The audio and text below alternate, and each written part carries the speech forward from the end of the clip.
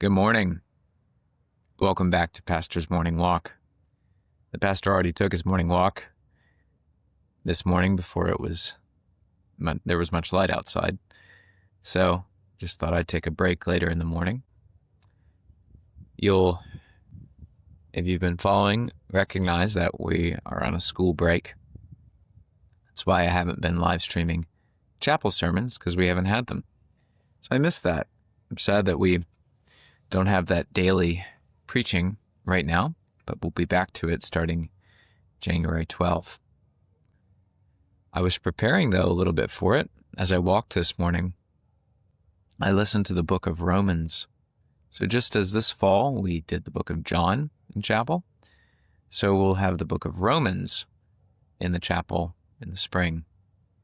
And I look forward to it. As before, I won't do whole chapters, but I'll have selections from various chapters, 16 chapters, 18 weeks, so about one verse per chapter. That gets at a highlight of the book. And I'll probably, as I did with John, have the children learn to the content of each of the chapters in summary so that they can be able better to navigate the scriptures and understand them. But I look forward to it very much. And one thing that really struck me while listening to the book of Romans is how many wonderful gems there are in it. Texts that are so full of meaning and are profound. Texts, say like Romans 8:28, all things work together for good to them that love God, to them that are the called according to his purpose, that stay with you and that are a great help in the Christian life. But if you think about it, this is true really of all of Scripture. All of it, every word of it, is valuable and precious. But it's as if it's a crown, and in the crown are particular jewels that really shine. And this explains why so many Christians find such benefit in memorizing verses, sentences of Scripture. I'd encourage you in that good task. These particularly sweet or particularly beautiful passages in the Bible that stand out from your reading, mark them down, memorize them, use flashcards or some other method, but hide that word in your heart. It will be a help to you in your Christian life. My personal reading was from Isaiah. I'm continuing through the book, and one thing that struck me particularly was chapter 49, which is very sweet. In that chapter is the comparison God makes. Shall a mother forget her sucking child?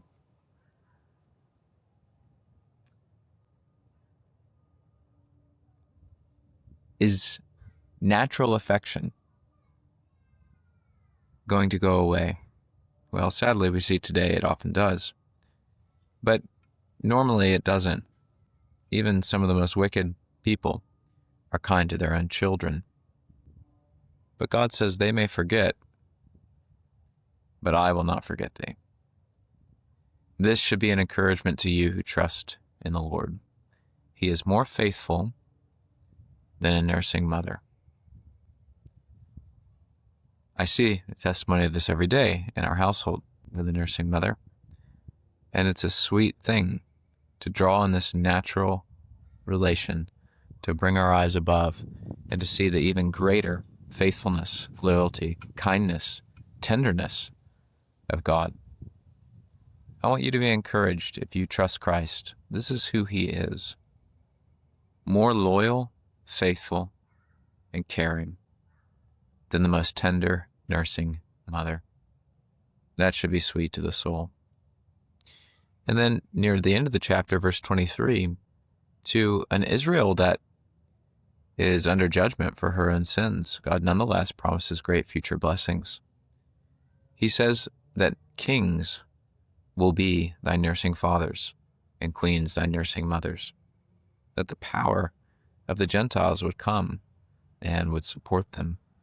And I take this chiefly as a promise for the church, whether made up of Jews or Gentiles, that the believing church will have the civil powers bow to her not giving up their civil power or giving it to the church. That would be the Romanist view of church power, that the Pope holds all power, spiritual and temporal. No, God does and will respect the distinction of powers of church and state, but he has made those powers to serve each other. And what is so infrequent in this evil world is that the civil power refuses to serve the spiritual power. Indeed, that it persecutes it and harms it and makes its work difficult. God's saying it won't always be like that. And this should be the Christian's prayer as he looks at the wreckage that our present civil magistrates have caused. How even those that profess Christ have very little to do with the support of the church. They're much more eager to support Israel according to the flesh, the wicked apostate Jews, and thus they show their loyalties. They will not serve the King of Kings and Lord of Lords, but this will change.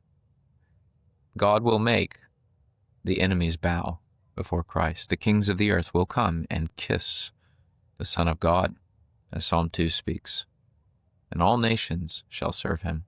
I look forward to preaching something of that this tomorrow night at our prayer meeting from Psalm 67. So take heart, Christian. Not only will God not forsake you, he'll not forsake his purposes of grace in this world, and he will make the kingdoms of this world to become the kingdoms of our God and of his Christ. He will put all things under Christ's feet.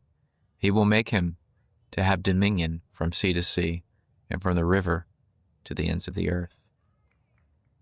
So take heart, be encouraged. May the Lord bless you today.